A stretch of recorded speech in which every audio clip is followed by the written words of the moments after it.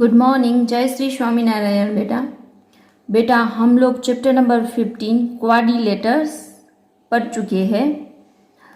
अब उसके अंदर मैंने आप लोगों को टाइप्स ऑफ क्वाड्रिलेटर्स नहीं समझाया है, तो वो हम लोग टाइप्स ऑफ क्वाड्रिलेटर्स देखते हैं। सबसे पहले हम लोग ये देख लेते हैं कि क्वाड्रिलेटर्स यानी क्या है। क्वाड्रिलेटर्स के अंदर 4 एंगल होने चाहिए, 4 साइड होनी चाहिए एंड 4 वर्टिक्स होने चाहिए, उसको बोला जाता है क्वाड्रिलेटर्स। ओके, अब क्वाड्रिलेटर्स के टाइप्स कितने हैं, तो यहाँ पे है क्वाड्रिलेटर्स के टाइप्स।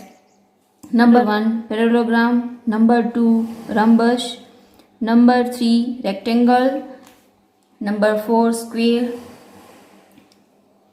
ट्रिपेजम एंड है काइट। तो हम लोग जो चैप्टर स्टार्ट करने वाले हैं, चैप्टर नंबर 16, वो है पैरेललोग्राम। वो एक क्वाड्रिलेटर्स का टाइप्स है। ओके, तो पैरेललोग्राम यानी क्या, तो वो उसकी ऑपोजिट साइड है, वो दोनों पैर वो इक्वल होनी चाहिए। मतलब कि यहाँ पे मैं यहाँ पे समझाऊं तो AB एंड DC ये पैरेलल होने चाहिए, AD एंड BC वो दोनों पैरेलल होने चाहिए, यानी ऑपोजिट साइड है वो पैरेलल होनी चाहिए। ओके, उसको बोला जाता है पैरेललोग्राम। अब दूसरी बात मैं आप लोगों को यहाँ पे रूल्स बता दे जाऊँ साथ साथ में। इसके अंदर ऑपोजिट एंगल होते हैं वो इक्वल होते हैं। जैसे कि मैं यहाँ पे एक एग्जांपल दूँ आप लोगों को कि एंगल A है वो है 80 का, तो एंगल C भी 80 का होगा। मतलब कि पैरेललोग्राम के अंदर ऑपोजिट एंगल है, उसका मेजर निकालेंगे तो वो ऑपोजिट एंगल सेम होगा। ओके, नेक्स्ट है रम्बस। उसके अंदर भी इनकी तरह ही होगा, ऑपोजिट एंगल सेम होंगे, क्योंकि वो भी एक पैरेललोग्राम ही है, ऐसे समझना है। क्योंकि AB एंड DC वो दोनों पैरेलल लाइन है, ऐसे ही AD एंड BC वो दोनों भी पैरेलल लाइन है। ओके, अब आगे रेक्टेंगल, इसके बारे में आप लोगों को तो पता ही होगा। रेक्टेंगल के अंदर सारे एंगल है वो राइट एंगल होते हैं। जैसे कि 90 एंगल के होते हैं, A है वो 90 का है, B वो भी 90, C भी 90 एंड D भी 90। ऐसे ही स्क्वेयर में क्या होता है, सभी एंगल राइट एंगल होते हैं लेकिन सभी साइड है वो भी सेम होती है। रेक्टेंगल के अंदर जो ऑपोजिट साइड होती है वही सिर्फ सेम होती है। ओके, ट्रिपेजम, इसके अंदर सभी साइड इक्वल नहीं होती है लेकिन दो साइड है वो ऑपोजिट दो साइड होती है वो पैरेलल होनी चाहिए, यानी कि AB एंड DC वो दोनों पैरेलल है। ओके, अब आगे काइट्स, इसके बारे में तो आप लोगों को पता ही है कि यहाँ पे जो ऑपोजिट साइड है वो दोनों पैरेलल होनी चाहिए। AB and AD parallel side है, लेकिन आप लोग उसका मेजर निकालेंगे तो ऑपोजिट एंगल सेम नहीं होंगे। ओके, अब इसके रिलेटेड मैं आप लोगों को यहाँ पे क्वेश्चन सोल्व करवा रही हूँ। वापस यहाँ पे एक बात याद करवा दूँ कि जो ऑपोजिट साइड होती है वो इक्वल होती है पैरेललोग्राम के अंदर, ऑपोजिट एंगल होते हैं वो भी इक्वल होते हैं। ओके, तो हम लोग एक्सरसाइज के अंदर क्वेश्चन स्टार्ट करते हैं। एक्सरसाइज 16A के अंदर question number 1, ABCD is parallelogram. ABCD है वो एक पैरेललोग्राम है, मतलब मैं यहाँ पे एक ड्रॉ भी करूंगी पैरेललोग्राम। ओके, इन हमारे पास उसके अंदर एंगल A 110 का है, तो मैं यहाँ पे एक पैरेललोग्राम भी ड्रॉ कर रही हूँ, देखना।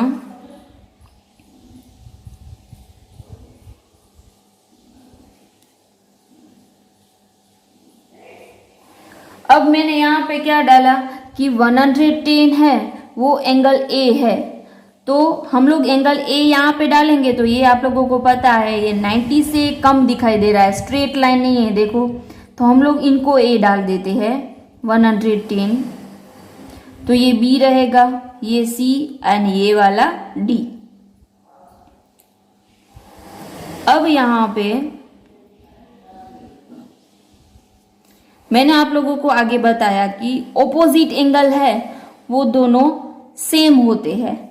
एंड दूसरी बात आप लोग याद रखना, एडजस्ट एंगल होते हैं, एडजस्ट एंगल यानी कि angle A and angle B. मैंने आप लोगों को क्वाड्रिलेटरल्स चैप्टर के अंदर भी बताया था।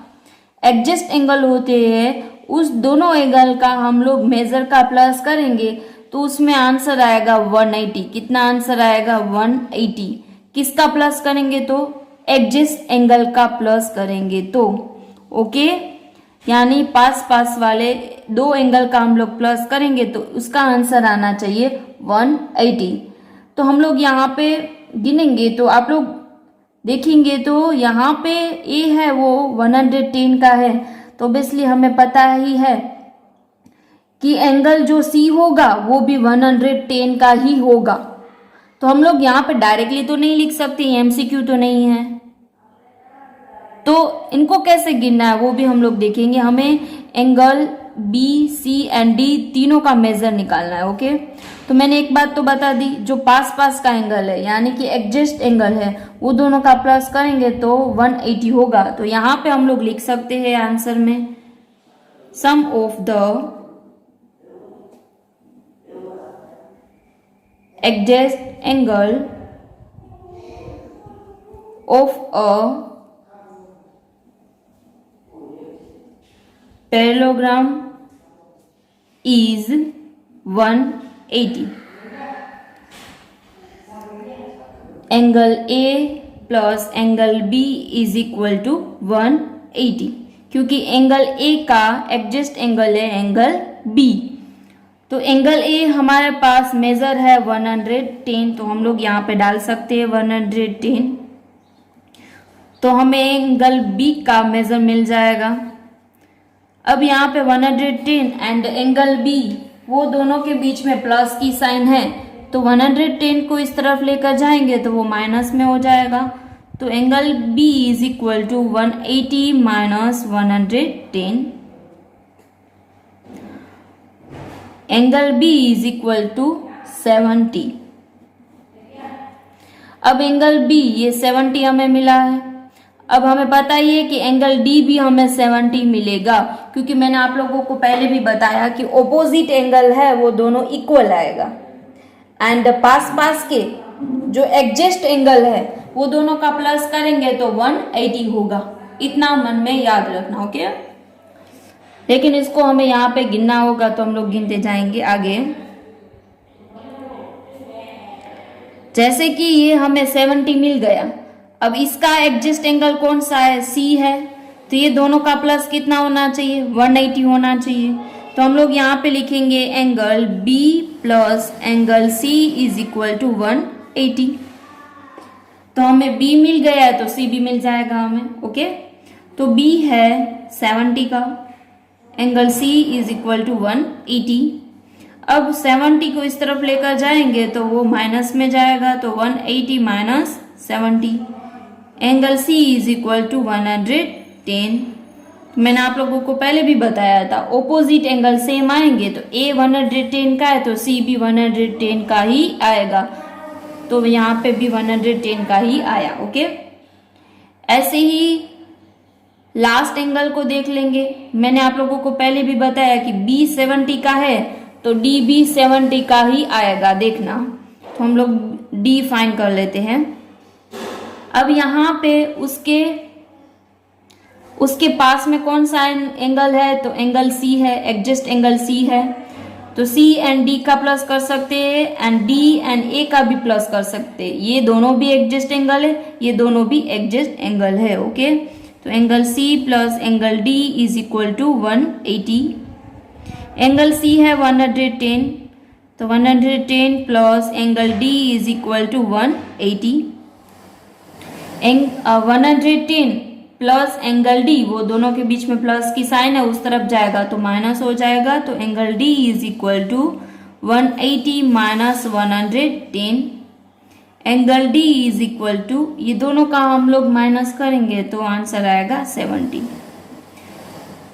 तो यहाँ पे देखो तो ऑपोजिट एंगल इक्वल आ गया 70 70। यहाँ पे 110, यहाँ पे भी 110। ओके, समझ गए। अब नेक्स्ट क्वेश्चन लेते हैं, क्वेश्चन नंबर 2। क्वेश्चन नंबर 2 के अंदर two adjacent angle of a parallelogram are equal. वो तो हमें पता ही है, दो एडजस्ट एंगल होते हैं, वो उनका प्लस होता है 180। दो एडजस्ट एंगल का प्लस होता है 180। लेकिन यहाँ पे क्या लिखा है, दो एडजस्ट एंगल आर इक्वल, यानी दोनों एडजस्ट एंगल है वो इक्वल होने चाहिए। तो हमें पता ही चल गया यहाँ पे गिनने से पहले कि दोनों का प्लस 180 होगा, तो दोनों कितने कितने के होंगे, 90 के होंगे, क्योंकि यहाँ पे क्या लिखा है, दोनों इक्वल है। क्वेश्चन में ऐसा लिखा है, यानी दोनों 90 के होंगे। लेकिन इसका हमें सॉल्यूशन भी करना होगा, तो हम लोग यहाँ पे सपोज करते हैं कि लेट द, जो हमें जरूरी है वो angle, let the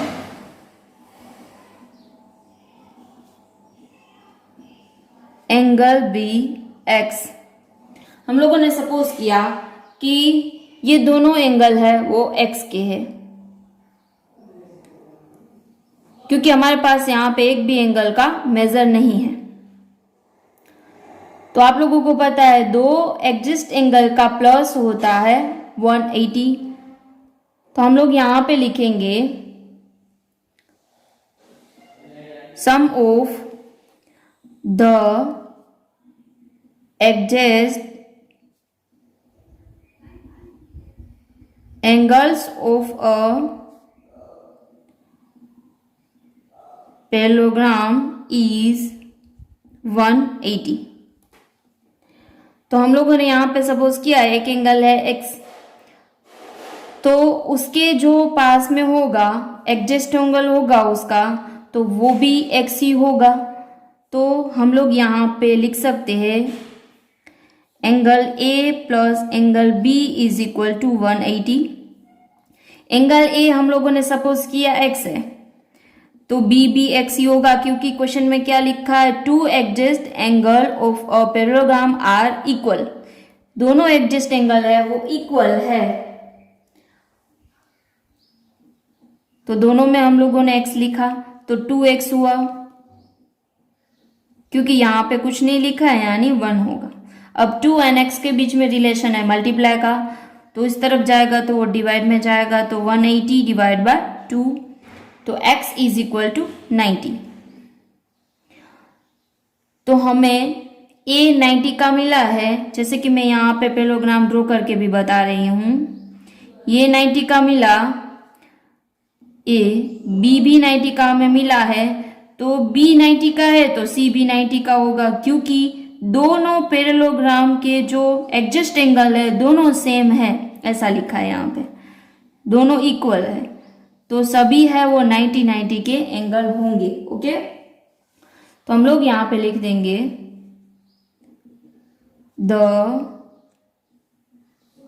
measure of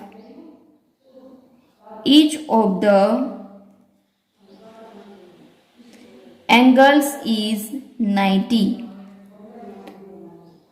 तो बेटा आज का आपका होमवर्क रहेगा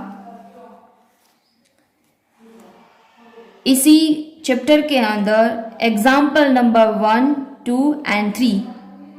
ये तीनों एग्जाम्पल है जो मैंने अभी सोल्व करवाए, उसी टाइप के ही क्वेश्चंस है। अच्छी तरीके से उनको सोल्व करना। कुछ डाउट हो तो मुझे व्हाट्सअप करना। अपना ध्यान रखना and thank you so much बेटा।